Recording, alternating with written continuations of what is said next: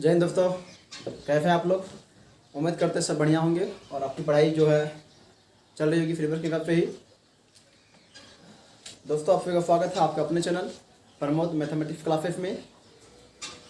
और आज हम इस वीडियो में क्लास 10 को जो है जानेंगे और वह है एक्सरसाइज चैप्टर 10। ठीक है, क्लास 10 और चैप्टर भी 10 है और जानेंगे हम लोग एक्सरसाइज 10.1 और हम लोग एक ही वीडियो में 10.1 पूरा ख़त्म कर देंगे। इंट्रोडक्शन और कॉन्सेप्ट दोनों को हम लोग बहुत बेहतरीन तरीके से समझेंगे।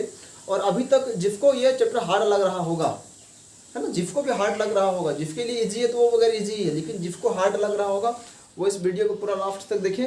आपको अगर समझ में नहीं आए तो फिर आप हमको बोलिएगा कि सर समझ में नहीं आया, है ना।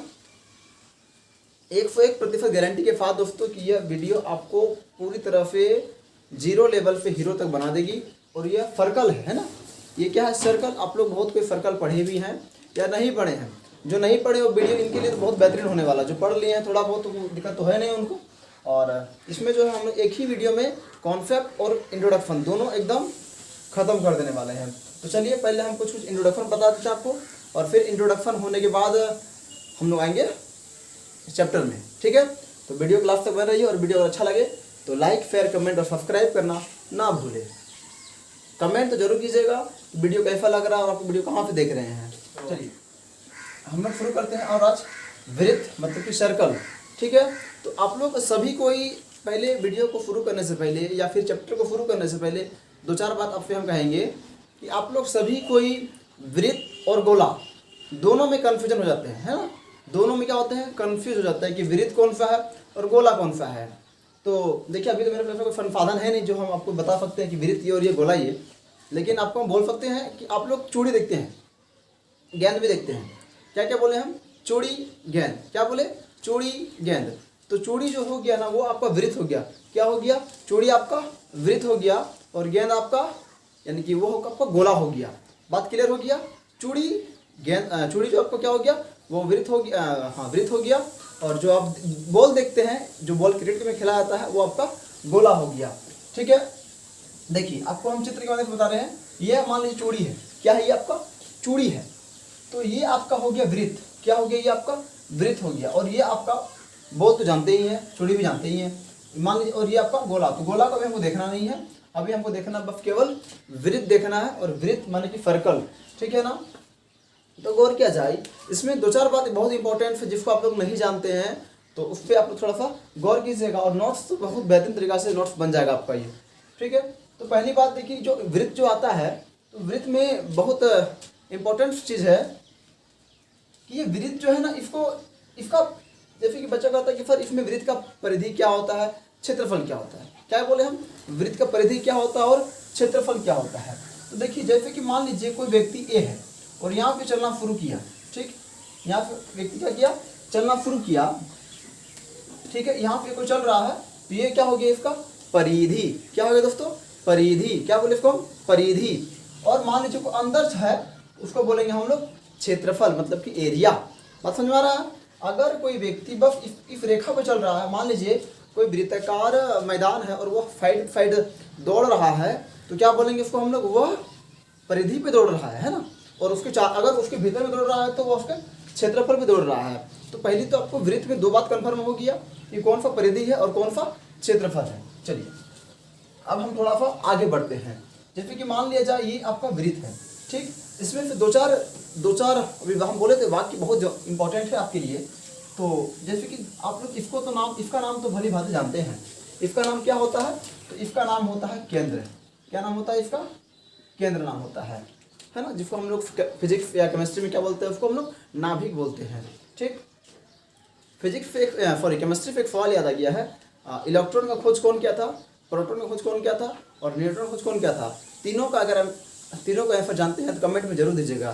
क्या क्या, इलेक्ट्रॉन का खोज, प्रोटॉन का खोज और न्यूट्रॉन का खोज किसने किया था। अगर तीनों का खोज के बारे में जानते हैं तो इसके बारे में कमेंट जरूर कीजिएगा आप लोग। चलिए फिर मैथ में आते हैं हम लोग। तो इसका नाम क्या हो गया दोस्तों, इसका नाम हो गया केंद्र। ठीक, हम मैथ बता रहे हैं, परिभाषा बिल्कुल नहीं बता रहे हैं। परिभाषा आपको अपने एक प्रैक्टिस करना, वो लिख लेना है। ठीक है, वाइफी रेखा, ध्यान दीजिएगा, वाइफी रेखा जो वृत्त को दो बिंदु पर टच करे, है ना। प्रतिच्छेद नहीं करने बोल रहे। प्रतिच्छेद का मतलब क्या होता है, प्रतिच्छेद का मतलब होता है आर पार हो जाना। प्रतिच्छेद बिल्कुल नहीं बोल रहे हैं हम, यहाँ ध्यान दीजिएगा, बस केवल यहाँ पर टच कर रहा है और यहाँ पर टच कर रहा है, तो इसको बोलते हैं हम लोग, इस रेखा का नाम है छेदक रेखा। क्या नाम है? सॉरी, जीवा नाम है। क्या नाम है? जीवा। वैसी रेखा जो वृत्त को दो बिंदु पर टच करके रखे उसका नाम क्या होता है? और जीवा। और अच्छा, और जो पार कर जाए, जैसे देख लीजिए ये पार हो गया है ना, ये क्या हो गया, इसका इंक भी लगता खत्म हो गया है ना, तो वैसी रेखा जो आर पर वृत्त को दो बिंदु पे पार कर दे उसका नाम होता है छेदक रेखा। क्या नाम है? छेदक रेखा। समझ में आ गया? देखिए, जो केंद्र जानते ही हैं, जीवा समझ में आ गया आपको। पूछ दे कि छेदक रेखा जो है कितने बिंदु पर वृत्त को प्रतिच्छेद करती है, तो दो बिंदु पर, एक यहाँ पर और एक यहाँ पर। क्लियर हो गया? अच्छा, आप लोग में से बहुत को जानते हैं, इसका नाम क्या है? इसका नाम क्या है? तो अभी बोलिएगा सर अभी तो बताएं, जीवा है तो ये भी जीवा ही होगा। बिल्कुल सही कहा आपने, यह जीवा है तो यह भी जीवा ही है, लेकिन यह जो है, यह जीवा जो है केंद्र से होकर गुजरती है, यह जीवा जो है केंद्र से होकर गुजरती है, इसलिए इसका नाम पड़ जाता है दोस्तों व्यास। क्या नाम हो जाता है? व्यास। क्या नाम होता है इसका? व्यास। मतलब क्या होगा? वैसी रेखा जो केंद्र से होकर गुजरे वो बल्कि जीवा नहीं कहलाएगी, बल्कि उसका नाम बदल के क्या हो जाएगा? व्यास हो जाएगा। आई बस समझ में? और व्यास का आधा क्या होता है? त्रिज्या। ये तो सबको जानता है। तो जीवा, व्यास, छेदक। आया समझ में? अच्छा, ध्यान दिया जाए, ये भी रेखा जीवा ही है, ये भी जीवा ही है, ये भी जीवा है, मतलब कि सब जीवा है, ठीक। और ये भी जीवा ही है, लेकिन इसका नाम, ये केवल केंद्र से गुजरता है, इसलिए इसका नाम क्या पड़ जाता है? व्यास हो जाता है। ठीक है, आया समझ में? अब चलिए थोड़ा सा और आगे बढ़ते हैं हम। देखिए, जैसे कि ये वृत्त है ना, लगता है इंक खत्म हो गया सबका। ठीक है, ये क्या है? वृत्त है, और इस वृत्त में यहाँ एक क्या है? त्रिज्या है ना। ये वृत्त था आपका, ये क्या आपका? त्रिज्या है। तो इसका वाले भाग का नाम क्या है? इसका नाम है त्रिज्यखंड। क्या नाम है दोस्तों? इसका नाम होता है त्रिज्यखंड। इसका नाम क्या होता है? त्रिज्यखंड। त्रिज्यखंड। अब कोई पूछ दे ये लघु त्रिज्यखंड है कि दीर्घ त्रिज्यखंड है, तो लघु मतलब क्या होता है? छोटा। दीर्घ मतलब होता है बड़ा। तो मान लिया जाए इसका 30 डिग्री वैल्यू होता है, तो इसका वैल्यू कितना होगा? 330 डिग्री। क्यों? क्योंकि आपको पता होगा कि एक वृत्त पर बने संपूर्ण कोण 360 डिग्री का होता है कि नहीं? एक वृत्त पर बने संपूर्ण कोण 360 डिग्री का होता है। हमने कहा पहले हम परिभाषा लिखेंगे नहीं, आपको लिखना अपने से ही है। फिर से बोल देते एक बार, एक वृत्त पर बने संपूर्ण कोण 360 डिग्री का होता है। तो छोटा वाला हो गया आपका लघु त्रिज्यखंड, और बड़ा वाला हो गया दीर्घ त्रिज्यखंड। ठीक है, चलिए अगला स्टार में हम लोग आते हैं। अगले में देखते हैं, जैसे कि मान लीजिए ये आपका वृत्त है, ठीक है, ये यहाँ पे पार कर रहा है, ठीक है, ये यहाँ पे पार कर रहा है, तो इसका नाम क्या है? ये ध्यान रहा जाए कि यह जो है ना, इसका नाम होता है स्पर्श रेखा। क्या नाम है इसका? स्पर्श रेखा। जो वृत्त को बस केवल टच करके पार करे, मतलब बुझ रहे हैं, बस छू के पार करे। क्या कर रहा है ये? बस इसको छू के पार कर रहा है ना, तो इसका नाम क्या होता है? स्पर्श रेखा। ये रेखा, इसका नाम है स्पर्श रेखा। अगर इस बिंदु का नाम पूछे तो इसका नाम होगा स्पर्श बिंदु। बात समझ में आ रहा है? अगर इस रेखा का नाम पूछे तो स्पर्श रेखा, और इस बिंदु का नाम पूछे तो स्पर्श बिंदु। ठीक। अच्छा, ये क्वेश्चन दे सकता है आपको कि एक वृत्त में कितनी स्पर्श रेखाएं हो सकती है? क्या बोले हम? एक वृत्त में कितनी स्पर्श रेखाएं हो सकती है? तो ये जो वृत्त है, मान लीजिए इस वृत्त में केगो स्पर्श रेखा हो सकता है? बहुत ना होगा जी, यहाँ पर भी हो सकता है, यहाँ पर भी हो सकता है, कहीं पर भी हो सकता है। मतलब कि एक वृत्त में अनेक स्पर्श रेखाएं हो सकती है। क्लियर हो गया समझ में? कोई दिक्कत? देखिए, अब जो बचा कुछ इसको एक बार हम प्रूफ दे देते हैं। ये वृत्त, ये केंद्रक, ये जीवा, और ये हो गया व्यास आपका, और वो हो गया छेदक रेखा, ये हो गया स्पर्श रेखा, और जहाँ बिंदु पर है वो हो गया आपका स्पर्श बिंदु। ठीक है, तो यहाँ पर होने के बाद हम लोग अब सीधा किताब में आते हैं, मतलब कि चैप्टर में आते हैं। और जो छूट गया होगा, ठीक है, जरूरी नहीं कि हम बता रहे तो सब इसमें कॉन्सेप्ट ले आए हैं। अगर जो वैसा इंपॉर्टेंट नोट कोई छूट गया होगा तो उसको हम वीडियो को लास्ट में बता देंगे। इसीलिए कहते हैं कि वीडियो को लास्ट तक आप लोग पूरा देखिए। अगर कुछ छूट भी गया होगा तो उसको हम वीडियो के लास्ट तक में एकदम क्लियर कर देंगे। और ये वीडियो आपके लिए बहुत फायदेमंद होने वाला है दोस्तों, क्योंकि 10.1 के साथ साथ आपका जो है 10.2 का भी कॉन्सेप्ट इसमें खत्म हो जाएगा। चलिए देखते हैं हम लोग सीधा 10.1 का क्वेश्चन में है, ठीक है ना। और इसमें ही हम लोग इस वीडियो को सारा एकदम कॉन्सेप्ट जानिए गए आप लोग, और वीडियो को लास्ट रहिएगा तो यो फिर जाइएगा, ठीक है ना। तो क्वेश्चन 1 नंबर का, एक वृत्त की कितनी स्पर्श रेखाएं हो सकती है? इसका आंसर आप लोग कमेंट में जरूर दीजिए। अब हमरे से पहले दीजिएगा, ठीक है ना। ऑप्शन क्या था, एक वृत्त की कितनी स्पर्श रेखाएं पकती है। अभी अगर आपको कॉन्सेप्ट समझ में आ गया है ना, तो इसका आंसर आप अभी तो दे चुके होंगे। कितना होता है बोलिए, एक वृत्त में कितनी स्पर्श रेखाएं पकती है। आंसर क्या होगा इसका, अनंत स्पर्श रेखाएं, है कि नहीं, अनंत स्पर्श रेखाएं। इतना लिखने की जरूरत तो है नहीं आपको, फिर क्या लिखिएगा, अनंत। तो एक वृत्त में कितनी स्पर्श रेखाएं होती है, अनंत स्पर्श रेखाएं पकती है। आप लोग जरा किताब निकाल लीजिए, हम भी अपना किताब निकाल लिए हैं।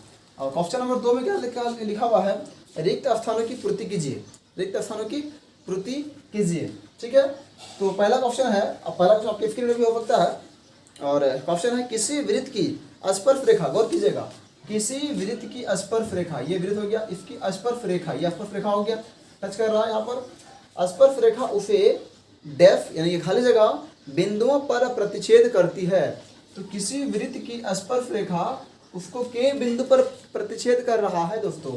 तो इसका एक का आंसर, एक का आंसर कितना हो जाएगा, किसी वृत्त की स्पर्श रेखा उसे के बिंदु पर टच कर रहा है, तो एक बिंदु पर, आंसर हो गया एक। ठीक, अब बी नंबर देखिए, क्वेश्चन है 2 नंबर लिखा हुआ है, वृत्त ध्यान दीजिएगा, वृत्त को 2 बिंदुओं पर, वृत्त को मान लीजिए वृत्त हो गया आपका, वृत्त को 2 बिंदुओं पर, है ना, प्रतिच्छेद करने वाली रेखा का नाम क्या है दोस्तों।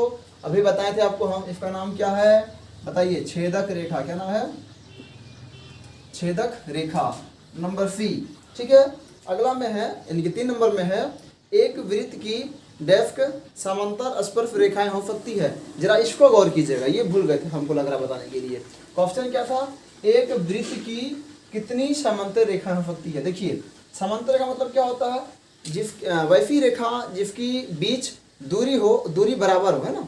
मान लीजिए कि ये मेरा व्हाइट बोर्ड यहाँ से जैसे कि मान लीजिए इधर देखिए, सीधे सी बात होगी, देखिए आप लोग, ये रेखा और ये रेखा दोनों का बीच की दूरी बराबर है, इक्वल है, और आगे तक दोनों नहीं कटेगा, पीछे के भी दोनों नहीं कटेगा।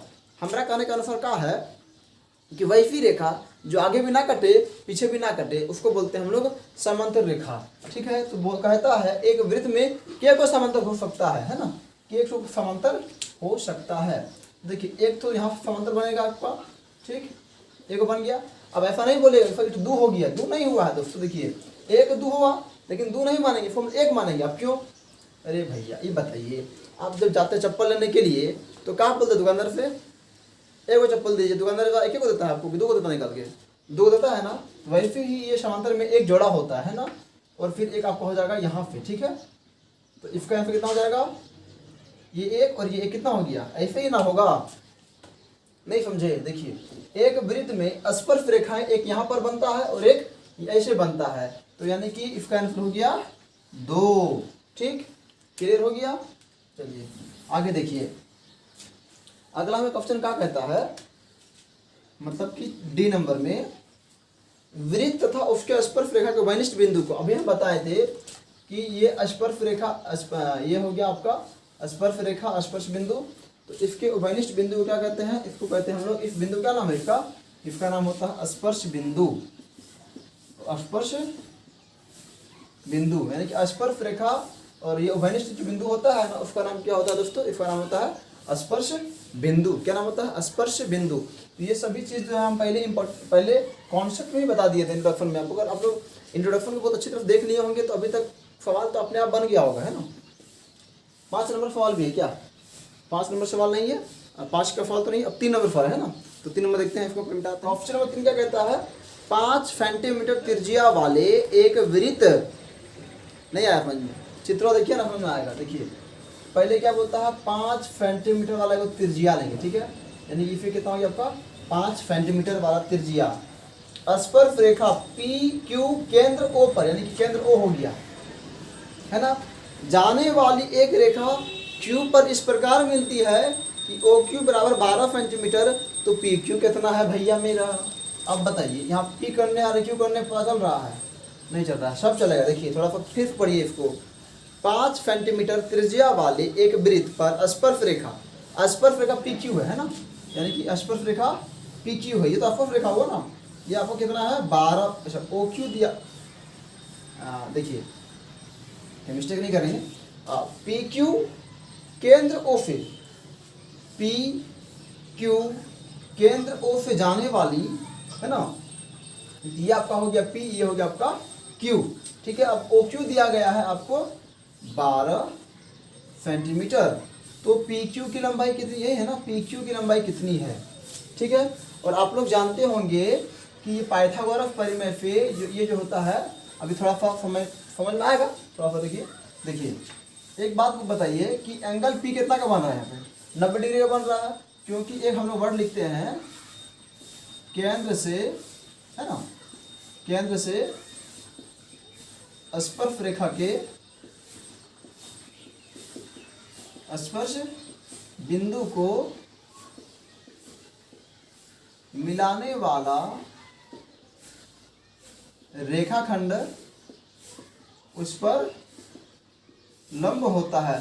और लंब का मतलब तो आप लोग भली भांति जानते होंगे कि 90 डिग्री होता है दोस्तों, है कि नहीं। लंब का मतलब क्या होता है, 90 डिग्री होता है। तो ये कितना हो गया आपका, 90 डिग्री हो गया। जब त्रिभुज आपका समकोण बन गया तो हम क्या कह सकते हैं कि POQ एक समकोण त्रिभुज है। इसमें तो हम बहुत लंबा नाम लिख रहे हैं ना, समकोण त्रिभुज है। तो पाइथागोरस परिमेय बता सकते हैं, पाइथागोरस पढ़े कि नहीं पढ़े आप लोग, पाइथागोरस त्रिक से या परिमेय से कुछ भी लिखे, कोई दिक्कत नहीं है। तो हमको निकालने के लिए क्या बोला है, QP निकालने के लिए बोला है। तो QP का फॉर्मूला क्या होता है पता है कि नहीं, अरे भैया ये आधार हो जाएगा, चाहे आधार ही होगा लंब, यहाँ तो ये आधार हो गया। आधार बराबर क्या होता है, root under OQ square minus OP square है। अब देखिए एक बात ध्यान दीजिएगा, यहाँ पर आप लोग बड़ी बवाल होता है सवाल में, अगर यहाँ रूट नहीं दिए तो यहाँ स्क्वायर दीजिए, और यहाँ स्क्वायर दिए हैं तो यहाँ, अगर यहाँ स्क्वायर नहीं दिए हैं तो यहाँ रूट दीजिएगा। बात में समझा कि नहीं है, अगर यहाँ स्क्वायर दे दिया रूट नहीं दीजिएगा, और यहाँ रूट नहीं दिया तो यहाँ रूट दे दिए हैं। तो QP बराबर क्या हो जाएगा, है ना, QP क्या हो जाएगा, ये हो गया 12 का स्क्वायर और ये हो गया -5 का स्क्वायर, यानी कि 144 माइनस 25, यानी कि आपका ऑप्शन में होगा रूट अंडर 119। ऑप्शन है कि नहीं है, तो सेंटीमीटर ना, ये हो गया सेंटीमीटर। ये ऑप्शन आपका बिल्कुल सही है, कोई दिक्कत किसी को होने वाला नहीं है। इसको ध्यान रखिएगा, केंद्र से स्पर्श रेखा को स्पर्श बिंदु के मिलाने वाला क्या होता है, उस पर लंब होता है। और ये याद हो जाएगा, दिक्कत नहीं है, ये 90 डिग्री का होता है, ठीक है। और जब 90 डिग्री होता है तो आप लोग क्लास 8 पे पढ़ते आ रहे हैं, पाइथागोरस परिमेय, पाइथागोरस परिमेय, पाइथागोरस परिमेय। 3 फार्मूला होता है इसमें, बाकी एक फार्मूला यहाँ लगा दिए हैं, और इसका आंसर आ गया है 100 रूट अंडर 119 सेंटीमीटर। देखते क्वेश्चन नंबर 4। क्वेश्चन नंबर 4 बहुत ईजी है, बहुत सरल है। क्वेश्चन कहता है एक वृत्त खींचिए, ठीक है। तो पहले तो आप एक वृत्त खींच लीजिए, ठीक है। और दो क्या लिखा हुआ, दी गई एक समांतर 2 ऐसी रेखा खींचिए, उनमें से एक स्पर्श रेखा हो, दूसरा छेदक रेखा हो। मतलब कि आपको जो है क्या करना है, समांतर रेखाएं खींचनी है। क्या करना है, समांतर रेखाएं खींचनी है। और इसमें क्या बोलता है कि एक स्पर्श रेखा होगा, ध्यान दीजिएगा। तो एक स्पर्श आप यहाँ बना दीजिए, इसका नाम क्या हो गया, इसका नाम हो गया स्पर्श रेखा। और एक क्या बोलता है, दूसरी छेदक रेखा हो, और ये आपका क्या हो गया, छेदक रेखा। तो ये पार हो गया तो छेदक हो गया ना दोस्तों, ये क्या हो गया, छेदक रेखा। इसका नाम क्या हो गया, छेदक रेखा। और एक तो मान लीजिए कोई दिया गया रेखा हो, यहाँ पे तो लिख दीजिए इसको, है ना, इसको लिख देते हैं हम लोग, दी गई रेखा। इसका नाम क्या होता है, दी गई रेखा। तो ये आपको दिया गया था, बात समझ आ रहा है, ये आपको दिया गया था और बोला इसके समांतर जो है एक वृत्त खींचिए, मैंने एक वृत्त खींचना बोलता है। और वृत्त में क्या बोलता है, दिखाओ एक स्पर्श रेखा और एक छेदक रेखा। तो हम स्पर्श रेखा जानते हैं कि जो वृत्त को केवल एक बिंदु टच करता है उसको बोलते हैं हम लोग स्पर्श रेखा, और जो 2 बिंदु टच करे, जो 2 बिंदु पर प्रतिच्छेद करे उसको बोलते हैं हम लोग छेदक रेखा। और ये तो दी गई रेखा था। तो यहाँ तक समझ में आ गया होगा, और उम्मीद करते हैं कि वीडियो आपको पसंद आया होगा, ठीक है। और इस वीडियो में जो हम लोग 1 पॉइंट जैसा हम बोले थे 10.1 पूरा खत्म कर देंगे, कॉन्सेप्ट और इंट्रोडक्शन पूरा खत्म हो गया है। ज़्यादा वीडियो लंबा नहीं करेंगे, फिर मिलेंगे हम लोग नेक्स्ट वीडियो में 10.2 को लेकर। तब तक के लिए जय हिंद, जय भारत।